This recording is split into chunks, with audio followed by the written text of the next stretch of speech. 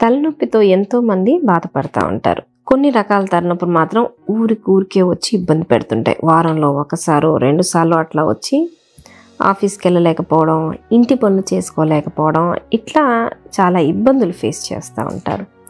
ఇటువంటి ఇబ్బంది పెట్టే తలనొప్పుల్లో మొట్టమొదటిది మైగ్రేన్. మైగ్రేన్ తలనొప్పి అనేది 10 మందిలో ఒకళ్ళకు ఉండొచ్చు.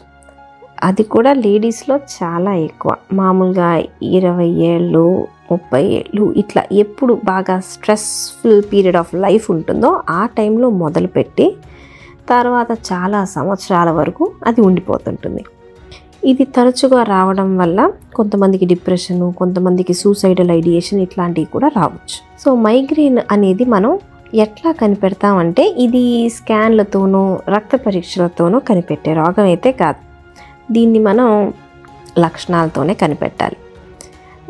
నరాల రోగాలు చాలా రోగాలకి మనకి క్లినికల్ ఫీచర్స్ అంటాం. అంటే వ్యాధి యొక్క లక్షణాలను బట్టి రోగం మెదడులో ఏ పార్ట్ నుంచి వస్తుంది, ఎందువల్ల వస్తుంది అనేది మనం కనిపెట్టేది.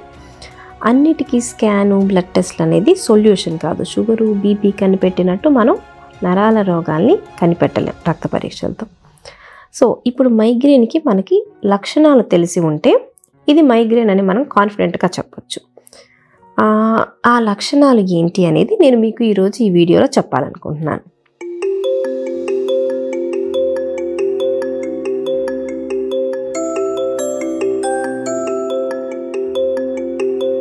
మైగ్రేన్లో తలనొప్పి అనేది మిగతా తలనొప్పులతో పోలిస్తే కొంచెం డిఫరెంట్గా ఉండిద్ది.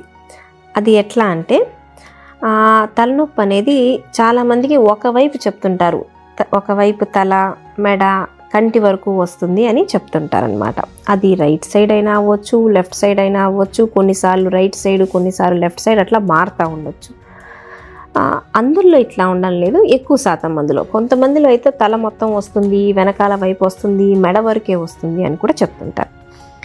ఈ తలనొప్పి మొదలైన తర్వాత 3 గంటలు ఉండొచ్చు, లేదా చాలామందికి 2-3 రోజుల వరకు ఉంటుంది. టాబ్లెట్ వేస్తే కానీ ఆ తలనొప్పి అనేది తగ్గకుండా అట్లా పీడిస్తానే ఉండిద్ది అనమాట. దీంతోపాటు తలనొప్పి ఉన్నప్పుడు ఎవరైనా వచ్చి కదిలిచ్చారు అంటే చాలా కోపం వచ్చేసిద్ది. చిరాకు, కోపం, అసహనం.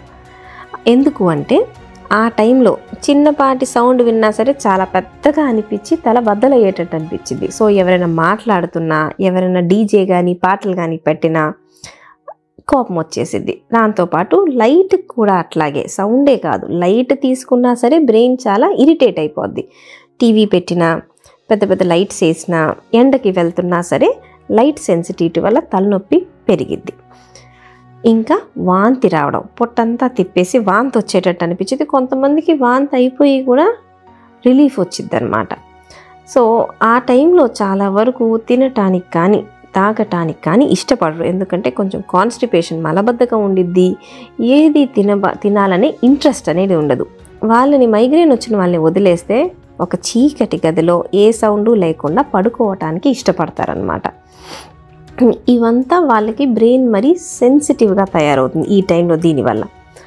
ఇవి కాకుండా చాలా అరుదుగా మనం వేరే సిమ్టమ్స్ కూడా చూస్తాం. ఏంటి అంటే కళ్ళు తిరగడం, ప్లస్ కొన్నిసార్లు ఒకవైపు సరిగ్గా కనిపించట్లేదు, ఒకవైపు మినుకుమంటూ లైట్స్ కనిపిస్తూ ఉన్నాయి, జిగ్జాగ్ కలర్స్ కనిపిస్తున్నాయి అని చెప్తారు. ఇవన్నీ కూడా మైగ్రేన్లో పార్టే.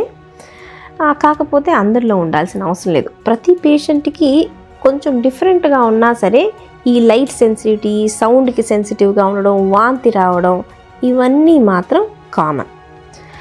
మనకి ఈ లక్షణాలు ఉన్నప్పుడు చాలా వరకు 90% వరకు ఇది మైగ్రేన్ అయి ఉంటుంది. మైగ్రేన్కి మనం ట్రీట్మెంట్ పెట్టుకుంటే సెట్ అవుద్ది. దీనికి మళ్ళీ స్కాన్లు చేయించడం, టెస్ట్లు చేయించడం అనేది అనవసరం.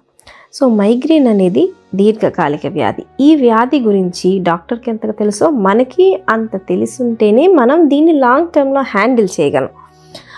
మనకి సరిగ్గా అవగాహన లేకపోతే డాక్టర్లను మార్చడం, ఆ టెస్ట్ ఈ టెస్ట్ చేయించడం, ఇవన్నిటి వల్ల మనకి సొల్యూషన్ రాదు. దానికి తోడు ఇంకా స్ట్రెస్ పెరిగి తలనొప్పి పెరిగింది. కాబట్టి దీర్ఘకాలిక తలనొప్పులు ఉన్న వాళ్ళందరికీ మైగ్రేన్ గురించి ఖచ్చితంగా తెలిసి ఉండాలి. Thank you.